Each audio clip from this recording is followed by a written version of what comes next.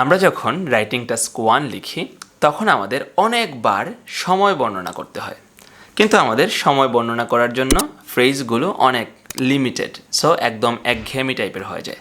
আজকে আমি এমন একটা ফ্রেজ শেখাবো যেটা আপনার রাইটিংয়ে দেখাবে যে আপনি পার্টস অফ স্পিচের প্রয়োগের ভিন্নতা কতটুকু আনতে পারেন, আপনার লেক্সিক্যাল রিসোর্স অনেক ভালো এবং আপনার গ্রামাটিক্যাল রেঞ্জেও এটা একটা ভালো ইফেক্ট ফেলবে। সবচেয়ে বড় কথা হচ্ছে এটা বেশ আনকমন কিন্তু খুবই কার্যকর একটা পন্থা।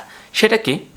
ধরুন আমি রাইটিং টাস্ক 1 লিখছি, সেখানে আমার বারবার সাল লিখতে হচ্ছে আর আমি লিখছি ফ্রম টু, বড় জোরে আমি এটাকে বিটুইন অ্যান্ড করছি অথবা ডিউরিং দিয়ে লিখছি, কখনো বা ফর এত ইয়ার্স এইভাবেও আমরা লিখছি। তো যাই করছি সেটা অনেকেই করছে, আমরা এমন কিছু করতে চাচ্ছি যা সাধারণত মানুষ করে না।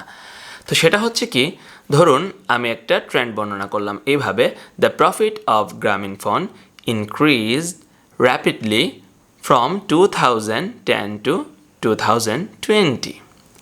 এই যে বাক্য, এখানে আমরা ফ্রম টু ব্যবহার করেছি, খুব সহজ ব্যাপার। আমি তো বললাম যে এখানে বিটুইন অ্যান্ড বা অন্য কিছু ব্যবহার করা যায়, বাট আমি যদি চাই যে আমার খুবই ভালো একটা স্কোর দরকার, আনকমন কিছু একটা করব, আমার 7, 7.5 মতো স্কোর দরকার বা তার চেয়ে বেশি দরকার, সেক্ষেত্রে আমরা এই পদ্ধতি অবলম্বন করতে পারি। একদম শর্টকাট টেকনিক বলে দিচ্ছি, পার্টস অফ স্পিচের কীভাবে চেঞ্জ করলাম, কী করলাম না করলাম ওগুলো জানতে হবে না। জাস্ট সিম্পলি আপনি এখানে ফ্রম টুর জায়গায় এই ফরম্যাটটা ব্যবহার করতে পারেন, সেটা হচ্ছে in a dash year period. Okay, এখন এই যে ড্যাশের মধ্যে কি বসবে? ফ্রম থেকে টু পর্যন্ত যে সালের কথা বলেছেন তাদের মধ্যবর্তী ব্যবধান বা বিয়োগফল। যেমন 2010 সাল থেকে 2020 সাল পর্যন্ত টাইমটা কত বছরের? অবশ্যই 11 বছর, 10 বছর না, কিন্তু ভালো করে হিসাব করুন, 2010টাকে হিসেবে ধরতে হবে, তাহলে 11 বছর।